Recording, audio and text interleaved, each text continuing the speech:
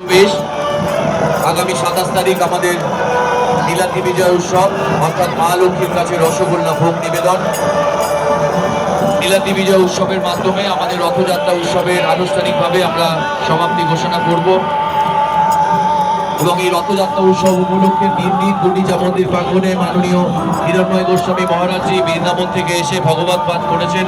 মাননীয় হিরণময় গোস্বামী মহারাজজিকে আমরা অসংখ্য ধন্যবাদ জানাই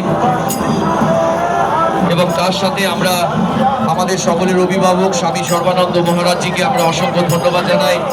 যেভাবে উনি অভিভাবকের মতো আমাদের পাশে থেকেছেন, তাদের সাথে সহযোগিতার হাত বাড়িয়ে দিয়েছেন এবং এই বছর আমরা রস সাজাও জিতেনও পুরস্কারের আয়োজন করেছিলাম।